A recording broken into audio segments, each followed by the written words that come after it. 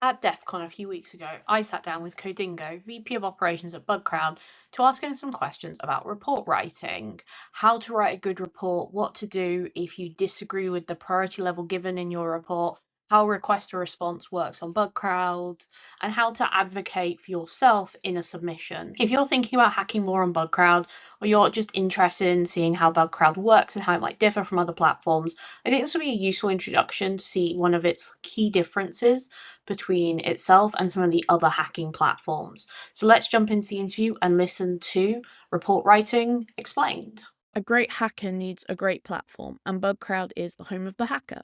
They provide hackers with the best opportunities to make money, advance their skills, build community, and unleash ingenuity through their security knowledge platform. They provide distinctive educational content for hackers. You can rapidly pick up new skills through Bugcrowd University or gain practical experience with one of their many monthly challenges. Or maybe you want to follow real hacking experts like myself as we cover methodology, shortcuts, and tools. Bugcrowd has an entire level up series unique to the industry that covers all of that.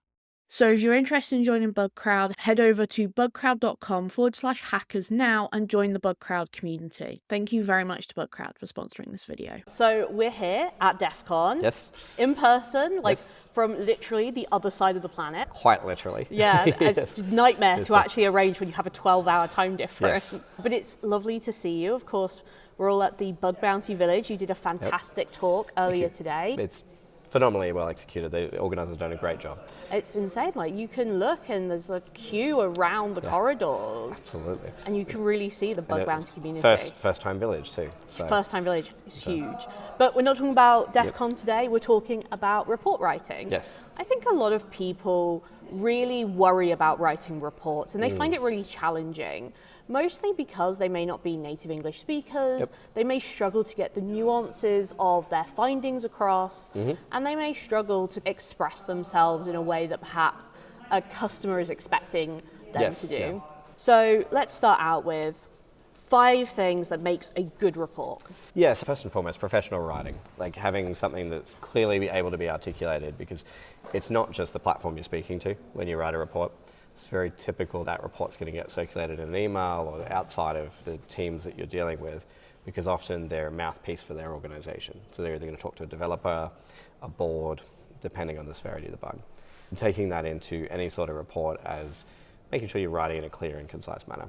So the other one is clear reproduction, including all steps of how is this replicated, and that might include screenshots, that might include pathways for this is the kind of account that I'm using, is something that I think a lot of people overlook, and make it as verbose as possible in not only aiding triage, but the replication and the understanding for the customer. And then also take into account not overstating a bug. Yeah. If you're putting critical in a title or you're making assumptions in the report that may or may not apply to that organization, you're devaluing how both triage and the customer are going to view you as a hacker. And it's not going to get your bug really triaged any Doesn't faster. change it. If anything, if you're taking a low issue and you're always putting it as critical, it's less likely we're going to see you as someone serious in the space. And so it's actually less likely that you're going to make your way into priority queues and priority alerting and things like that, which if you're someone that's often bringing a significant impact, you will get different triage treatment, because we know, okay, we get a report from this person, that organization is going to want to know about it quickly. Yeah. And that really comes down to accurately reflecting, because all hackers report lows and criticals, making sure that you're accurately reflecting what it is that you're working on. Yeah, it's that making sure that finding is Yes. really accurate. Yeah, you're essentially writing a business proposal. If this is an impact, this is what you got to do, this is how you reproduce it, and then you get paid for that. I think that's something that's really important, that you're not necessarily being paid for the bug you find, but the report you write, and you need to make sure that you're spending as much time on that as you are for the actual hacking part. Yeah, and I think you're getting paid for the business impact at the end of the day. And the other part of that too is, as you're writing, you're not necessarily writing for a technical audience, because you are writing about business impact. So you might be having this report go to someone who's just a manager of a technical team and wants to understand how to circulate it in their team. So also making sure that the approaching and the wording is really oriented around this is how it disrupts your organization from the perspective as I see it. What do triagers need to do their job effectively? How can you make it as easy as possible for a triager to put it to the customer? The main one is clear replication, not just doing video, especially too, because the space does get proliferated with fake video. Yeah, actually, I think that's important to mention that you can't just have a video because people genuinely do fake videos.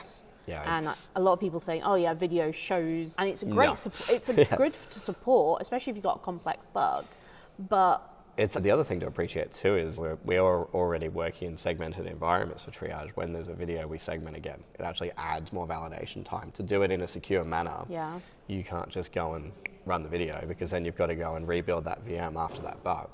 So it is quite counterproductive in some ways to do, whereas screenshots and steps help significantly because you can step through and go through the order of operations. So I think having that in, and also taking into account that how you got to the bug is needing to be clear. It could be that you registered a certain user type, and making sure you mention that, because one of the common hiccups we'll see where things might go back and forth is we've registered one user type, or we've been provided one user type by the customer, and you've registered something entirely different, and if that's not communicated, we may not be able to replicate the bug. So do you want to just talk through what happens? A triager sees a report, what on earth are they doing next? Yeah, so in triages get assigned work, so I think there's this false conception that triages are sitting around watching program queues all day, and we do 1 million interactions a year. We can't operate that way. So triager will get assigned work. They've got usually some level of experience on that program, notes for that program, those categories and things like that. First thing they're going to do is they're going to look at notes for the program, and then they're going to go through a deduplication process, and the notes often feed into that and infer that. And that deduplication process then, it could be that program, it could be covering 10 other programs that our customer has covered. That sounds more onerous than it is. Technology covers a lot of that. But they're going to first go through and check, is this unique from the first pass?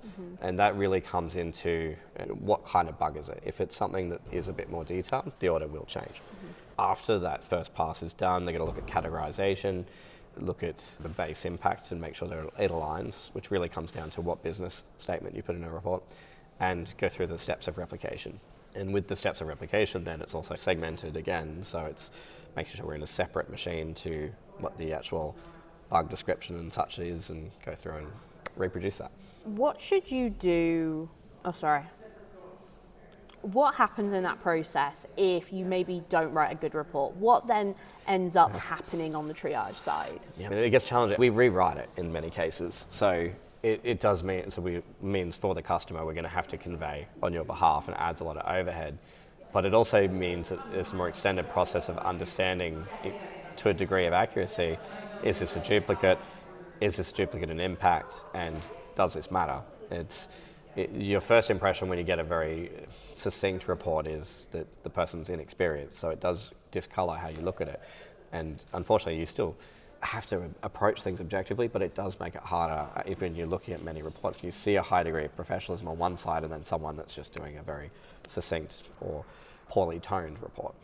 How does Bugcrowd support hackers who maybe don't have English as a first language, or maybe they're beginners just starting out and they just don't know how to write a better report? Yeah, we invested pretty heavily in this. So we hired a pen test report writer to work full-time for a year, making templates for every VRT category. So today, when you pick a VRT category, two things happen. First, it'll populate a template for you to work from, which helps give you an understanding of structure and the writing tone that's involved. And the other is there'll be a box on the left with expectations for some categories. If you're doing a subdomain takeover, it'll tell you put a hash of your username on the page. So there's guidance on the left and then a framework to work from. And that framework really does feed back into the kind of reporting that most customers expect, because most customers have worked with pen testing in some capacity before they get to bug bounty. So we've tried and fit that kind of structure to give them a common language. What are some common reasons that triagers might set a bug as NA before it even goes to the customer? A lack of impact. If it's something that's speculative, I believe I can. It's at its very core, you need to answer the question, as a hacker, I can, and that answer should satisfy a business impact, something that's going to impact the customer. Yeah. If it's, as a hacker, I can set my own screen to blue, and you can't impact anyone else. Even if there's a technical bug involved in that, it's not going to have a business impact that would warrant a fix. So that would be something that would go NA. And I think the important thing to recognize is also the reverse. A non-technical bug that may be working as intended can be a vulnerability simply because it lets you do something that causes a business impact. Exactly. And I think it's really just explaining that in a way that conveys risk. So let's flip it over. So what happens when a triager triages the vulnerability, sends to a customer, and a customer marks it as NA? What are some of the reasons that happens? Yeah, but it comes back to business impact again. It can be, we try and delineate accepted business risk from no business risk with the informational category.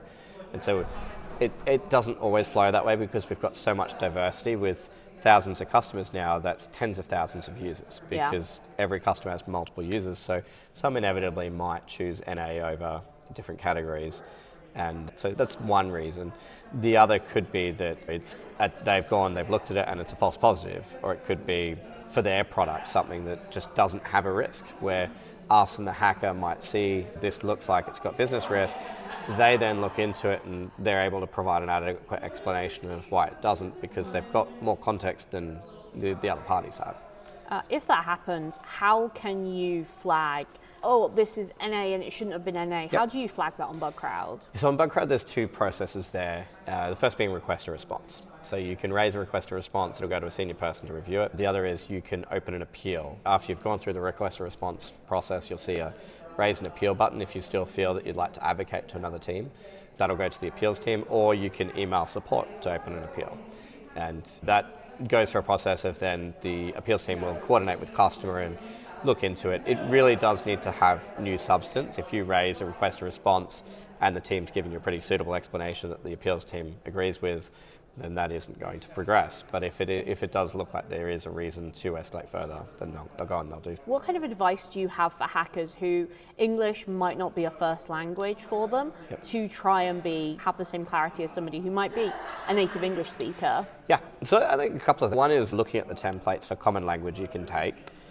We've tried to be very cognizant of writing them in a way that doesn't use regional slang or regional constraints, so that it is written in a way that's probably less verbose than a pen test, but easier to replicate forward. And the other is with technology, where it is using technology to assist you, just to make sure that you've got clear and concise language. Yeah, I think as well, it's just spend that time on it. It is so important to get your point across, because that hacking is great, but if people don't understand what you've done, they just can't have that conversation with you. What should you do on a submission if, say, you've tried to speak to the triager or you've tried to speak to the customer and you just cannot express yourself? What kind of tips might you have for people who maybe are starting the request a response process, or maybe they're just having that dialogue with a customer already in the submission? Yeah, if you're unsure, that's what support's there for as well. So if you're uncomfortable engaging on the submission in a particular way and you want some assistance, you can reach out to support. And support has more out-of-band communication capability there, where a submission is very much set by responses and ensuring we're equating risk. The support team's there for more of a, hey, look, I need help doing this. I need help understanding this. They can take a bit more time with that in a different engagement type. If you think about the difference between, say, a customer that, maybe will just accept a report, how much back and forth is there typically in submissions that may not be necessarily negative, may not be like arguing over submission or like priority, for example, but just having a discussion? How often do you see that in reports? All the time. The part that's fairly unseen is all of the communication that happens outside of the platform. The customer has their own stakeholders to speak to. Often they're a mouthpiece to the organization, and they're going to have to find out who to speak to and who to do business with to get the changes ratified, to also understand the impact of many vulnerabilities. There's also processes where we might need to, in our account teams, follow up a customer or remind a customer of a vulnerability. We proactively have processes, what we call age submissions, where submissions have sat in triage for a while, they haven't moved. That happens outside the platform. So we have account teams that will go and book a call with the customer and help them work through it. And the challenge there essentially is, as much as we'd love to have every interaction in the platform, as a security conscious organization, we can't give everybody access to that queue, and we do need to segment permissions in a way that account teams will work in other systems to forward a bug. And so there is a lot of interaction happening outside each vulnerability that isn't always visible to hackers on the queue. If you're submitting something like a 0 day where you've got major impact, Yep. and that may be across multiple different customers, Yes. how does Bugcrowd make sure that things like triagers or customers don't end up taking that bug and using it somewhere else? It's a complicated one with a range of things. One of the best things you can do if you're very confident it's something new, something very impactful, is to reach out to support and say, hey, I'd like to chat to someone senior, and give them some indication of why. It needs to be fairly well justified the first time you engage. If you're someone known to us, that'll happen quite quickly. But then typically it would be connected with someone like myself or another manager in the team to make sure that we're appropriately controlling the visibility of that submission. That might mean that we give you a GPG key and we go through that process to bring it through the queue. Or it might mean that we expedite the triage personally to make sure that it's going to a customer. There's also, obviously, being the organisation we are, a range of controls to ensure that triagers aren't submitting bugs that they see, that they don't have the ability to hunt on programs that they triage. And SOC does a lot of proactive addressing of that on the queue, particularly with 0 day, to make sure that anyone who's had visibility, or in general it doesn't spread into other areas before that person's had a point of public disclosure or some sort of referenceable ability for the bug. I think people worry about that quite a lot, especially when they're writing like really precise reports. Correct. But it's rare, right? It is, yeah. There's been so much care put into it over the years, and for us and other platforms, we have actively removed people from our organisation when they've breached that trust. So if we do get any sort of suggestion, then it is something we do dismiss over to make sure that we hold the trust of the crowd and the trust of customers as much as we can. How can writing a report get you a better bounty? Yeah, exploring risk in a way that's properly conveyed helps you self-advocate to customers as much as possible. As much as triage can explain to a customer the impact of something, you're deepest in it when you're exploring it. You're able to really make a strong point of this could affect all customers, or this could cause you a global revenue GDPR fine. Spending time to understand, the external factors that could impact the organisation, advocating for that in the report allows them to really justify to their leadership, the customer's leadership, why something is worth X, Y, Z. What kind of 3 top tips can you give people who maybe are on Bugcrowd, or maybe just getting started on Bugcrowd, to elevate their reports and actually start to get more critical findings? Yeah, I think writing a complete report is probably the main one. A lot of people that start out write incomplete reports, and Triage does a lot of rating of submissions in the triage process, which equates to invites. You're less likely to get more private invites if you spam low quality reports than if you write a couple of solid ones, even if they're the same vulnerability type. So ensuring that you're writing incomplete instructions, complete business impact, and also a fairly overlooked one quite a lot is writing a good title, like giving something that the customer's going to immediately connect with, because a lot of customers also use webhooks. So they'll have integrations and webhooks, so once something triages, it pops to their Slack, and that's usually just the title. So having a title that properly conveys it and doesn't overstate it, because the last thing you want to do is say, critical this, and it turns out to be a P4 and you've just wasted someone's time on their critical SOC team or something like that. So I think accuracy in statements and complete reports are probably the 2 best things you can do. A lot of people, when they get first starting out in bug bounty hunting, especially on a new platform, they worry that their report writing may not be good enough. What advice would you give them to maybe looking at their reports they're writing and to help them maybe think about where they can improve? I think community there, and looking at what others have done and look at how people like yourself have, the content that you've put out and how people talk about vulnerabilities, just getting an understanding of how the community engages as a general, tone and vernacular and how we convey risk is probably the best way you can improve it. Is you're just going to get exposed to that community and exposed to that group think. It automatically starts to flow in your writing style as well. I think a lot of people forget that we are a community, and it's not just, and you don't need a formal mentorship to actually benefit from what the community is doing. Yeah, there's so much out there to view as well. There's information density in this space. And bug bounty is really taking off. Yes, yeah, in a big way. It's fascinating. Thank you so much for sitting with me and chatting today.